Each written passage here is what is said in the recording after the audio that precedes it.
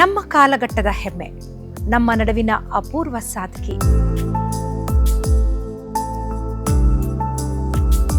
ನನ್ನ ಸೊಸೆನೇ ನಿಮ್ಮ ಮಗ ಏನು ಮಾಡಿಕ್ಕೆ ಹೋಗಿದ್ದಾರೆ ಅಂತ ನಿಮ್ಗೆ ಸಾಕಬೇಕು ಅಂದಮೇಲೆ ನಾನು ಯಾಕೆ ಅಡ್ರೆಸ್ ಕೊಡ್ಬೇಕು?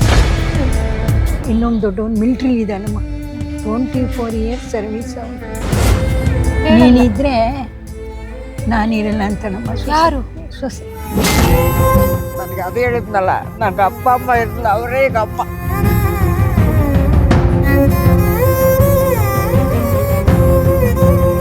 ದೇಶದ ಶ್ರೇಷ್ಠ ಪದ್ಮಶ್ರೀ ಪುರಸ್ಕಾರವನ್ನ ಪಡೆದಂಥ ಸಮಾಜ ಸೇವಕಿ ಸುಮಂಗಲಿ ಸೇವಾಶ್ರಮದ ಸುಶೀಲಮ್ಮ ಅವರು ನಮ್ಮ ಜೊತೆಗಿದ್ದಾರೆ.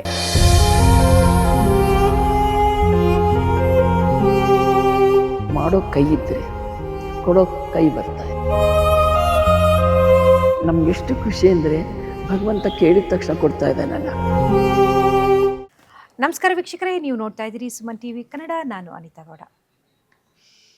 ನಮ್ಮ ಕಾಲಘಟ್ಟದ ಹೆಮ್ಮೆ, ನಮ್ಮ ನಡುವಿನ ಅಪೂರ್ವ ಸಾಧಕಿ, ದೇಶದ ಶ್ರೇಷ್ಠ ಪದ್ಮಶ್ರೀ ಪುರಸ್ಕಾರವನ್ನು ಪಡೆದಂಥ ಸಮಾಜ ಸೇವಕಿ ಸುಮಂಗಲಿ ಸೇವಾಶ್ರಮದ ಸುಶೀಲಮ್ಮ ಅವರು ನಮ್ಮ ಜೊತೆಗಿದ್ದಾರೆ.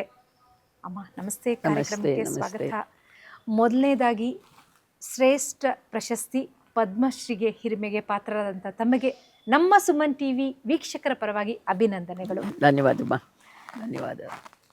ಅಮ್ಮ, ಈ ಹೊತ್ತಿನಲ್ಲಿ ನಿಮ್ಮ ಹೆಜ್ಜೆ ಗುರುತುಗಳು, ನಿಮ್ಮ ಒಂದು ಹಿನ್ನೆಲೆಯನ್ನು ಹೇಗೆ ನೆನಪು ಮಾಡ್ಕೊಳ್ಳೋದಕ್ಕೆ ಬಯಸ್ತೀರಿ? ಮಹಿಳೆಯರು ಉದ್ಯೋಗ ಮಾಡಬೇಕಂತ, ತಾವು ಯಾವುದೋ ಒಂದು ಉದ್ಯೋಗ ಮಾಡಿ ಅರ್ನ್ ಮಾಡಿ ಸಂಸಾರದಲ್ಲಿ ಅವರಿಗೆ ಸಪೋರ್ಟ್ ಮಾಡಬೇಕು ಅನ್ನೋದು. ಅದರಲ್ಲಿ ನಾವು ಸುಮಾರು ಇದರಲ್ಲಿ ಟ್ರೈನಿಂಗ್ ಕೊಡ್ತಾಯಿದ್ವಿ. ಒಂದು ಯಾವುದರಿಂದ ಹಪ್ಪಳಗಳು, ಹಪ್ಪಳ, ಸಂಡಿಗೆ ಇದೆಲ್ಲ ಬರುತ್ತಲ್ಲ, ಅದರಲ್ಲಿ ಕೊಡ್ತಾಯಿದ್ವಿ. ಆಮೇಲೆ ಫಿನೈಲು, ಸರ್ಫು ಇದೆಲ್ಲ ಬರುತ್ತಲ್ಲ, ಸೋಪ್, ಇದೆಲ್ಲ ಟ್ರೈನಿಂಗ್ ಕೊಡ್ತಿದ್ವಿ.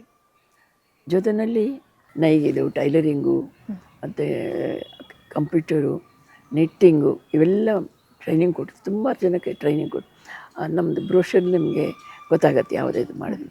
ನಾವು ಕೆಲವು ಕಡೆ ಮನೆ ಅಂದರೆ ಒಂದು ಗುಂಪು ಮಾಡಿಬಿಟ್ಟು ಅವ್ರಿಗೂ ಕೊಡೋಕ್ಕೆ ಶುರು ಮಾಡಿದ್ರೆ, ಸ್ತ್ರೀ ಶಕ್ತಿ ಗುಂಪುಗಳಿಗೂ ಕೊಡೋಕ್ಕೆ ಶುರು ಮಾಡ್ತೀವಿ. ಆಮೇಲೆ ಅವರು ಒಬ್ಬೊಬ್ಬರು ಸಹ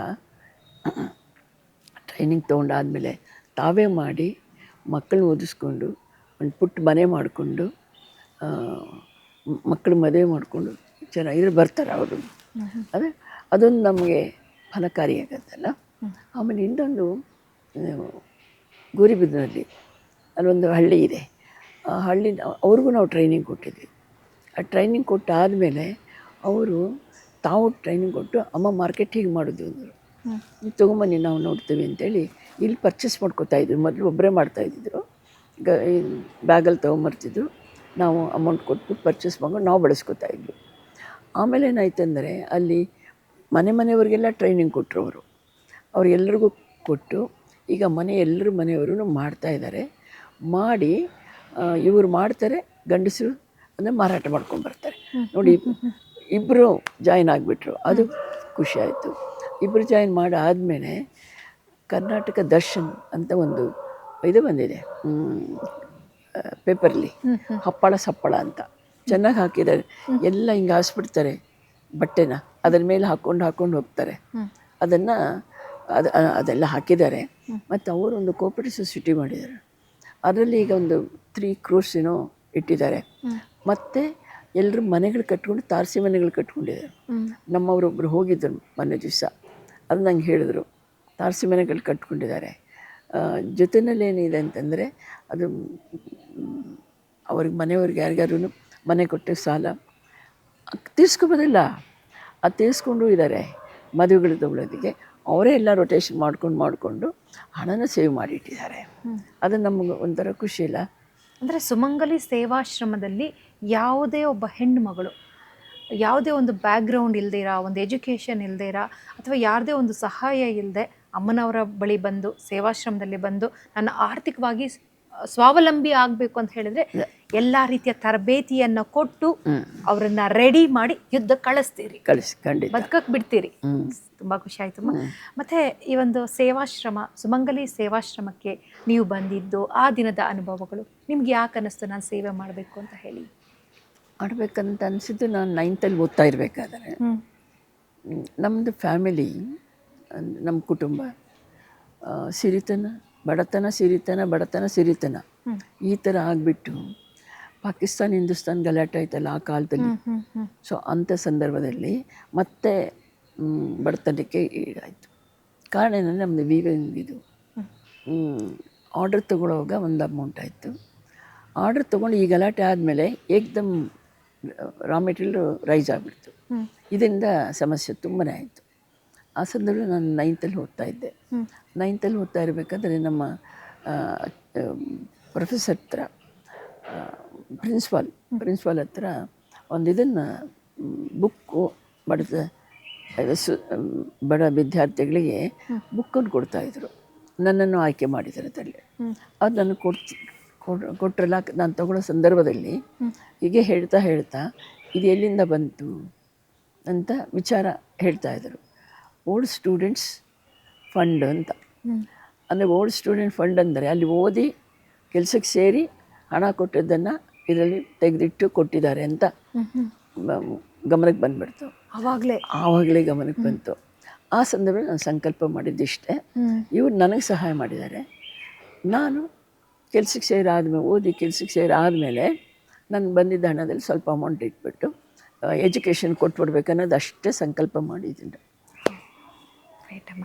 ನಾವು ನೋಡ್ತಾ ಇರಬೇಕಾದ್ರೆ ನಿಮ್ಮ ಬಗ್ಗೆ ನಾವು ಒಂದಷ್ಟು ನೋಡ್ತಾ ಇದ್ವಿ, ಅಮ್ಮವ್ರು ಹೇಗೆ ಏನು ಅಂತ ಹೇಳ್ಬಿಟ್ಟು. ಅವಾಗ ಅನಿಸ್ತು ಒಂದಷ್ಟು ವರ್ಷಗಳ ಕಾಲ ಕೆಲಸ ಮಾಡಿದ್ರು, ನಂತರ ಸಂಪೂರ್ಣವಾಗಿ ಬಂದುಬಿಟ್ರು ಸೇವೆ ಮಾಡಲಿಕ್ಕೆ ಅಂತ ಹೇಳಿ.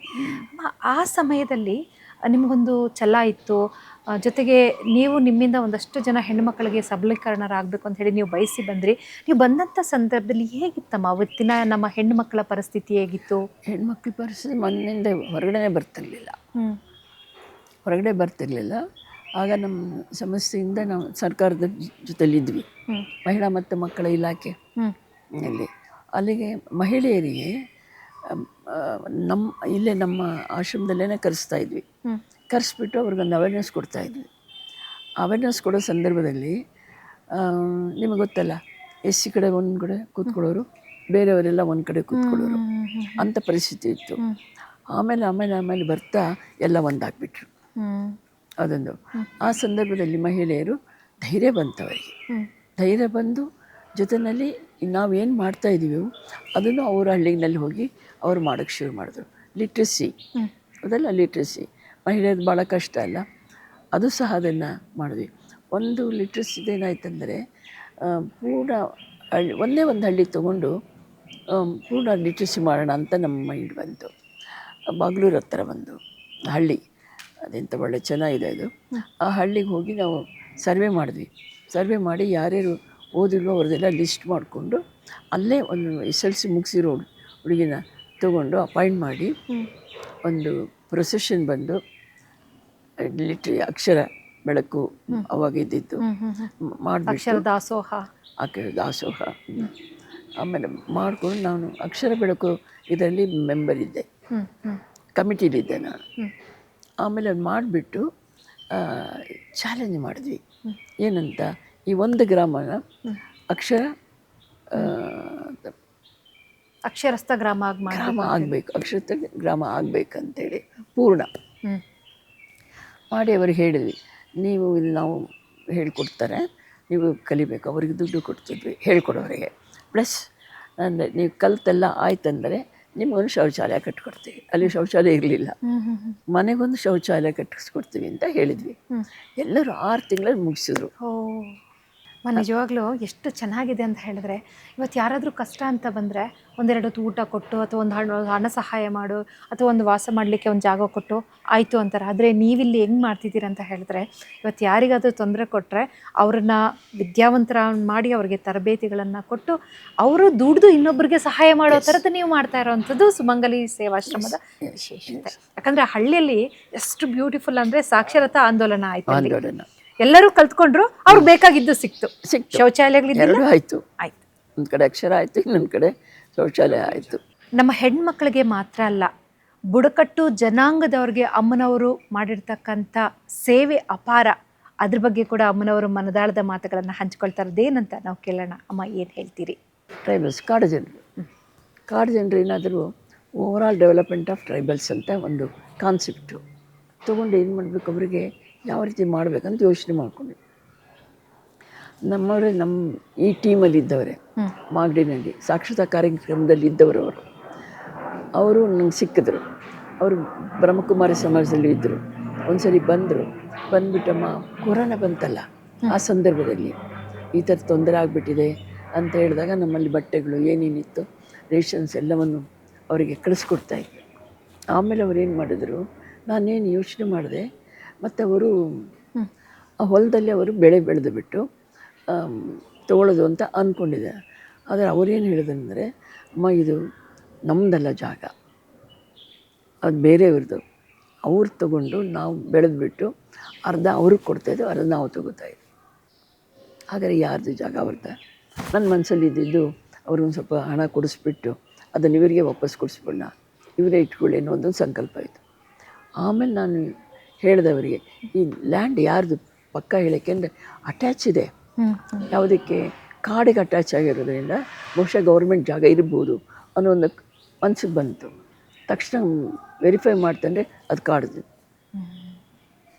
ಅವ್ರಿಗೆ ಸೇರಿದಕ್ಕಂಥದ್ದು. ಸರಿ, ಆಮೇಲೆ ಏನು ಮಾಡಿದೆ, ಇರಲಿ ಅಂತ ಹೇಳ್ಬಿಟ್ಟು ಒಂದು ಬೆಳೆ ಹಾಕಿಸ್ಬಿಟ್ಟು ಅದು ಯಾಕೆಂದರೆ ನಮ್ಮ ಎರೆಹುಳು ಗೊಬ್ಬರ ಹಾಕಬೇಕು ಅಂತ, ಸಾವಯವ ಗೊಬ್ಬರ ಆಗಬೇಕಂತ ಹೇಳ್ಬಿಟ್ಟು ನಾವೇನು ಮಾಡಿದ್ವಿ, ಉತ್ತಿಸ್ಬಿಟ್ಟು ಎಲ್ಲ ಮಾಡಿ ಅದರಲ್ಲಿ ರಾಗಿ ಬೆಳೆ ಹಾಕಿಸಿದಾಗ ಆ ತೆನೆ ಅಷ್ಟು ಚೆಂದ ಬಂತು. ಮತ್ತು 25 ಜನಕ್ಕೆ ಅವಾರ್ಡ್ ಸಿಕ್ತು ಅದರಲ್ಲಿ, ಕಾಡು ಜನರು ಮಾಡಿದಾರಲ್ಲ ಅಂತ. ಎಲ್ಲರೂ ಖುಷಿ. GKVK ಬ್ರಾಂಚಲ್ಲಿ ಇಲ್ಲೇ GKVKಲ್ಲಿ ಕೊಟ್ಟಾಗ ಅವಾರ್ಡ್ ಯಾವುದಪ್ಪ ಅಂದರೆ ಒಂದು ಸರ್ಟಿಫಿಕೇಟ್ 5,000 ರೂಪೀಸು. ಆವಾಗ ಅವ್ರಿಗೆ 5,000 ಅಂದರೆ ಅಟ್ ಎ ಟೈಮು 5,000 ಅವ್ರಿಗೆ ಎಷ್ಟು ಖುಷಿ ಆಯ್ತು ಅಂದರೆ ಅಷ್ಟು ಖುಷಿ ಆಯಿತು ಅವ್ರಿಗೆ.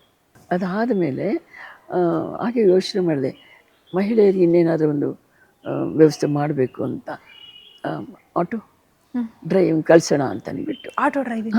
ಆಟೋ ಅಮ್ಮ, ಕಾಡು ಜನರಿಗೆ ಆಟೋ ಡ್ರೈವರ ಅಂದರೆ ಮೀಟಿಂಗ್ ಕಾಲ್ ಮಾಡಿ ಎಲ್ಲರೂ ಯಾರ್ಯಾರು ಕಲಿತಾರೆ ಕೇಳಿ ನಾವು ಕಲಿತೀವಿ ಅಂದ ತಕ್ಷಣವೇ ಶುರು ಮಾಡೋಣ. ಲೈಟ್ಸ್ ಬಂದೇ ಬಿಡ್ತು, 30 ಜನ ಅಂತ ಬಂದರು. ಟ್ರೈನಿಂಗ್ ಕೊಡಿಸಿದ್ವಿ. ಸಮಾಜ ಕಲ್ಯಾಣ ಇಲಾಖೆಯವರು ಆಟೋ ಕೊಡಿಸ್ಬಿಟ್ರು ಫ್ರೀ. ಇಟ್ಸ್ ಗುಡ್ ಅಲ್ಲ? ಖಂಡಿತ. ಆಮೇಲೆ ನಮ್ಮದೇನೆಂದರೆ ಒಂದು 30,000 ರೂಪಾಯಿ ಒಂದು ಕುಟುಂಬಕ್ಕೆ ಬೇಕು ಅಲ್ಲಿಗೆ ಅಂಥೇಳಿ ನಾವು ವಿಚಾರ ಮಾಡಿದಾಗ ಇವರು ಈಗ 30,000 ರೂಪಾಯಿ ಸಿಗ್ತಾಯಿದೆ.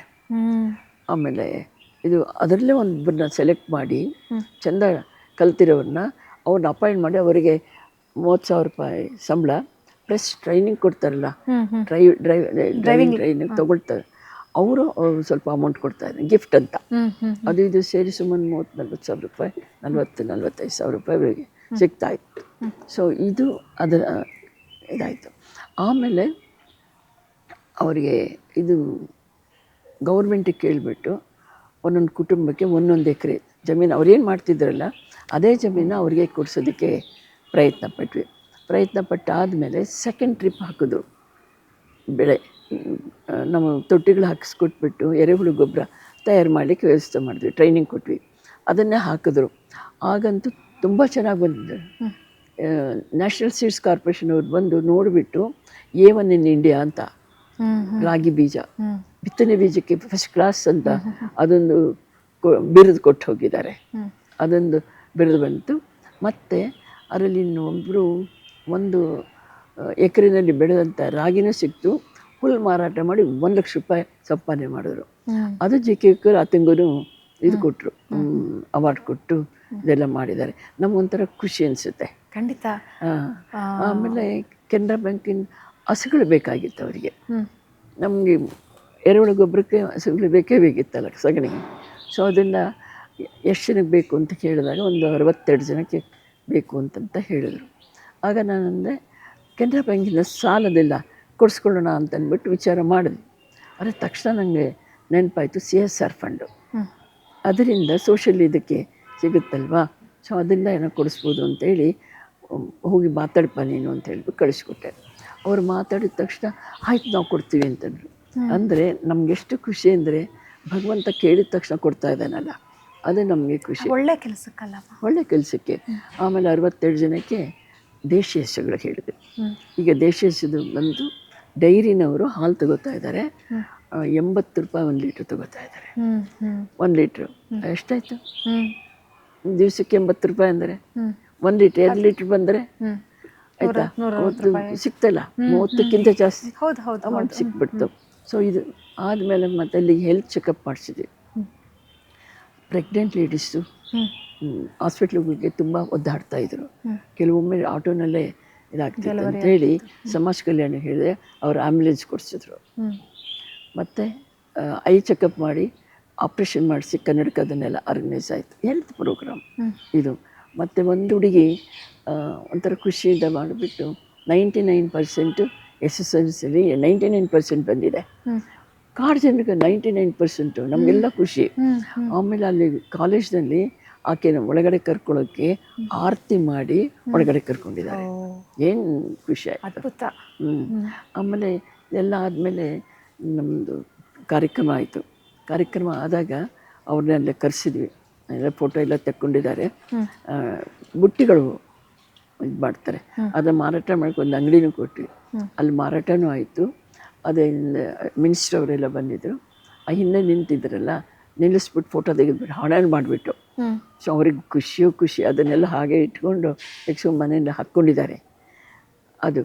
ಆಮೇಲೆ ನಾವು ಯಾವಾಗ ಕೋಆರ್ಡಿನೇಟ್ ಮಾಡ್ತಿದ್ವಲ್ಲ, ಮೊದಲು ಬರೋರೆ ಹೆದರಿಕೆ ಇತ್ತು. ಈಗ ಕರೆದ ತಕ್ಷಣವೇ 300 ಜನ ಬರ್ತಾರೆ. ಅಂದರೆ ಕಾಡು ಜನ ಹೋಗಿ ನಾಡು ಜನ ಬಟ್ಟೆಗಳದೆಲ್ಲ ಕೊಟ್ಟು ನಮ್ಮ ಹಾಗೆ ಇರಬೇಕು ಅನ್ನೋದು ನನ್ನ ಭಾವನೆ. ಖಂಡಿತ. ಯಾಕಂದರೆ ಕಾಡು ಜನಕ್ಕೆ ಆ ಕಾಡೇ ಮನೆ. ಅವ್ರಿಗೇನು ಗೊತ್ತಿಲ್ಲದಿರೋವಾಗ ಎಲ್ಲವೂ ಸಹ ಸಿಗುವಂಥ ಒಂದು ಕೆಲಸವನ್ನು ನಿಮ್ಮ ಒಂದು ಸುಮಂಗಲಿ ಸೇವಾಶ್ರಮ ಸುಶೀಲಮ್ಮ ಅವರು ಮಾಡಿಕೊಟ್ರು. ಲ್ಯಾಂಡ್ ಆದಮೇಲೆ ಸೈಟ್, ಮನೆಗೆ ಸೈಟ್ ಬೇಕು. ಆ ಸೈಟ್ 40-30 ಸೈಟು ಅರೇಂಜ್ ಆಯಿತು. ಅದು ಸರ್ಕಾರದವರು ಅರೇಂಜ್ಮೆಂಟ್ಸ್ ಮಾಡಿ ಕೊಟ್ಟರು. ಈಗ ಅವರಿಗೆಲ್ಲ ಹಕ್ಕುಪತ್ರದೆಲ್ಲ ರೆಡಿ ಆಗ್ತಾ ಇದೆ. ಹಕ್ಕುಪತ್ರ ಡಿಸ್ಪ್ಯೂಟ್ ಮಾಡ್ತಾ ಇದ್ದಾರೆ ಅಂತ ಅಂದ್ಬಿಟ್ಟು. ಅಮ್ಮ, ಈ ಸ್ಟೋರಿನ ಕೇಳಿದ್ರೆ ಸಿನಿಮಾದಲ್ಲಿ ತೋರಿಸ್ತಾರಲ್ಲ, ನಾವು ಸಿನಿಮಾದಲ್ಲಿ ಕುತ್ಕೊಂಡು ನೋಡ್ತೀವಲ್ಲ, ಯಾವುದೋ ಒಂದು ಕಾಡು ಜನ ಇರ್ತಾರೆ, ಅಲ್ಲಿ ಹೋಗೋದು, ಅವ್ರಿಗೆಲ್ಲ ಒಂದು ಅವಕಾಶಗಳು ಕಲ್ಪಿಸ್ಕೊಡೋದು, ಉದ್ಯೋಗ ಅವಕಾಶ ಕಲ್ಪಿಸ್ಕೊಡೋದು, ಅವ್ರಿಗೊಂದು ಮನೆ ಕಟ್ಕೊಡೋದು, ಇವೆಲ್ಲವನ್ನ ನೋಡ್ತೀರಿ. ಅಲ್ಲೊಬ್ಬ ಹೀರೋ ಅಥವಾ ಹೀರೋಯಿನ್ ಇರ್ತಾರೆ. ಈಗ ಈ ಒಂದು ಕಾಡು ಜನಕ್ಕೆ ನೀವು ಹೀರೋಯಿನ್, ನಾಯಕಿ, ನೀವು ನಾಯಕಿ. ಅಂದರೆ ಅಲ್ಲಿ ಸ್ವತಃ ಹೋಗಿ ಅಲ್ಲಿರೋ ಒಂದು ಸಮಸ್ಯೆಗಳನ್ನು ಆಲಿಸಿ ಅವ್ರಿಗೆ ಏನೇನು ನೀಡ್ಸ್ ಇದೆ ಅದನ್ನೆಲ್ಲ ಫುಲ್ಫಿಲ್ ಮಾಡಿ ಬಂದ್ರಿ. ಸುಮನ್ ಟಿವಿ ಕನ್ನಡದಲ್ಲಿ ಜಾಹೀರಾತು ನೀಡಲು ಸಂಪರ್ಕಿಸಿ 9686376663.